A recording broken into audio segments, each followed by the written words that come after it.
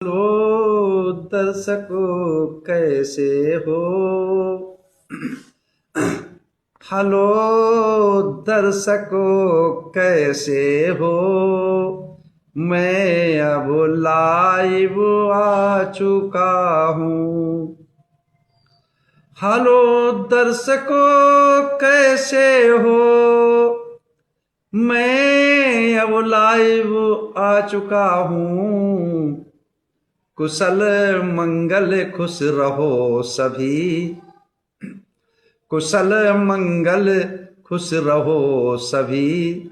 मैं यही भावना करता हूँ। कुशल मंगल खुश रहो सभी। मैं यही भावना करता हूँ। फॉलो सब्सक्राइब करो न करो। फॉलो सब्सक्राइब करो न करो, ये तो आपकी मर्जी है। फॉलो सब्सक्राइब करो न करो, ये तो आपकी मर्जी है। पर ध्यान लगा कर सुनते रहो। परिचित लगा कर सुनते रहो। बस यही हमारी अर्जी है। तुम मन लगा कर सुनते रहो। बस यही हमारी अर्जी है। धम्पद की 170वीं गाथा। धम्पद की 170वीं गाथा हम लोगों के समक्ष में आई है। धम्पद की 170वीं गाथा हम लोगों के समक्ष में आई है।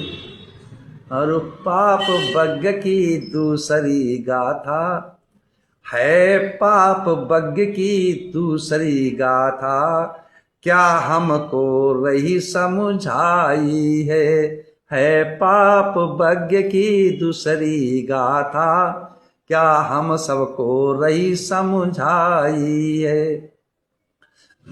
कुशल कर्म करते रहना। कुशल कर्म करते रहना। अकुशल कर्म कभी भी मत करना। और कभी भूल से यदि हो जाए। और कभी भूल से यदि हो जाए तो बार बार फिर मत करना। और कभी भूल से हो जाए तो बार बार फिर मत करना। हेलो दोस्तों, जैसा कि हम लोगों को धम्पद का पाठ चल रहा है, तो आज जो है धम्पद की गाथाओं का पाठ चल रहा है। तो धम्पद की गाथा है 117, 117, 117। और पाप बग्ग चल रहा है। पाप बग्ग की दूसरी गाथा है। तो चलते हैं इस गाथा को तथागत सम्यक संबुद्ध ने किस उद्देश्य पर, किसको लक्ष्य बनाकर और कहां पर, किस स्थान पर, किस जगह पर इस गाथा को उच्चारण किया, कहा। चलते हैं उस जगह पर। तो ये जगह श्रावस्ती के। एवं मैं सुतंग एकं समयं भगवा सावथियं विहरति जेत बने अनाथ पिंडिकस्य आरामे। ऐसा मैंने सुना, एक समय तथागत सम्यक संबुद्ध श्रावस्ती के अनाथ पिंडक द्वारा बनाए हुए जेतवनाराम में विहर रहे थे, वर्षावास कर रहे थे। उस समय की यह घटना है कि भिक्षु संघ में एक भिक्षु था जिसका नाम था शेयसक। क्या नाम था? शेयसक। तो वो उसकी नित्य प्रत गलतियां करता था। नियम की, संयम की, शील की, विनय की। तो भिक्षु संघ जो है भगवान तथागत सम्यक संबुद्ध से शिकायत करते थे कि ये शेर शख्स जो है बहुत त्रुटियां करता है, बहुत मिस्टेकें करता है, बहुत गलतियां करता है, शील सदाचार में शील को तोड़ देता है, विनय को तोड़ देता है, नियम को तोड़ देता है, व्रत को तोड़ देता है। तो उसको उद्देश्य बनाकर के जब बहुत हो गया, एक बार सुना, 2 बार सुना, 10 बार सुना, तो समस्त भिक्षु संघ को तथागत सम्यक संबुद्ध ने आमंत्रित किया। और जब सभी एकत्रित होकर के बैठे हैं तो उच्च आसन, मतलब उच्चासन, ऊंचे आसन पर तथागत सम्यक संबुद्ध विराजमान हुए और उस समय पर इस गाथा को कहा है।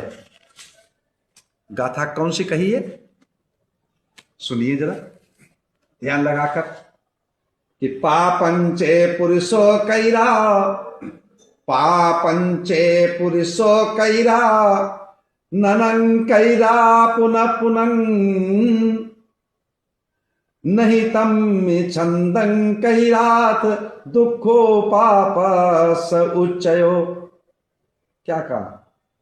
पापंचे पुरुषो कैरा, ननं कैरा पुनः पुनः, न तम छंदं कैरात दुखो पापस उच्चयो।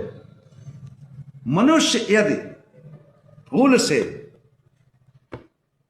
गलती से, नासमझी से, अनजान में अगर कोई पाप कर्म कर देता है, अकुशल कर्म कर देता है और उसको समझ लेता है, बंद करके जब समझ लेता है तो उसको ये ध्यान में रखना चाहिए हमेशा कि हमें दोबारा ऐसे कर्म नहीं करने चाहिए, अकुशल कर्म नहीं करने चाहिए, पाप कर्म नहीं करने चाहिए, शील को नहीं तोड़ना चाहिए, दुश्शील होकर नहीं जीना चाहिए।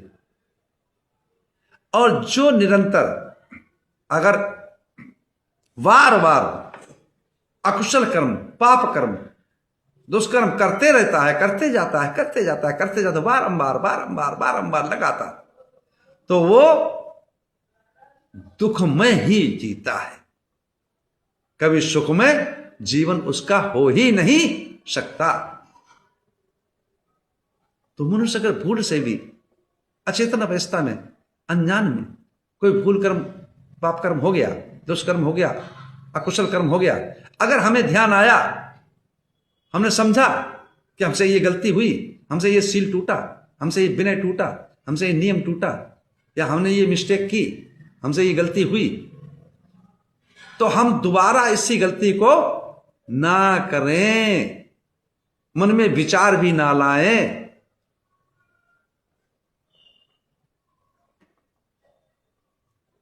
क्या कहते? सम्मा दिट्ठी। अब व्यायामो, सम्मा व्यायामों की बात आती है। व्यायाम क्या करना है?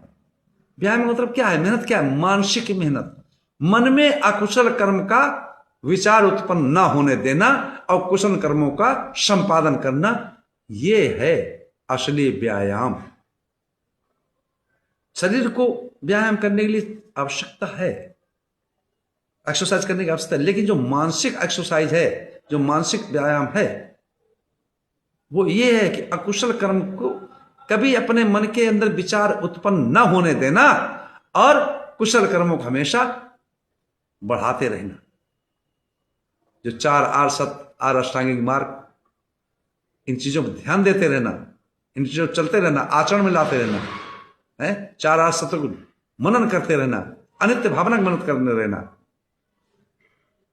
तो बार बार पाप कर्म करने वाला, बाप कर्म दुष्कर्म करने वाला, बार बार अकुशल कर्म करने वाला हमेशा दुखमय जीवन जीता है। अंत में मरते समय भी उसको होश नहीं कायम रहता है, बोली बन जाती, दुखमय जीवन जीता है।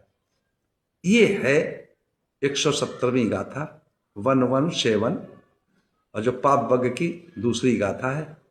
तो इसका अर्थ संक्षेप रूप ये है। इसी के साथ मैं अपनी वाणी विराम देता हूं। आप सब लोगों को मंगल हो।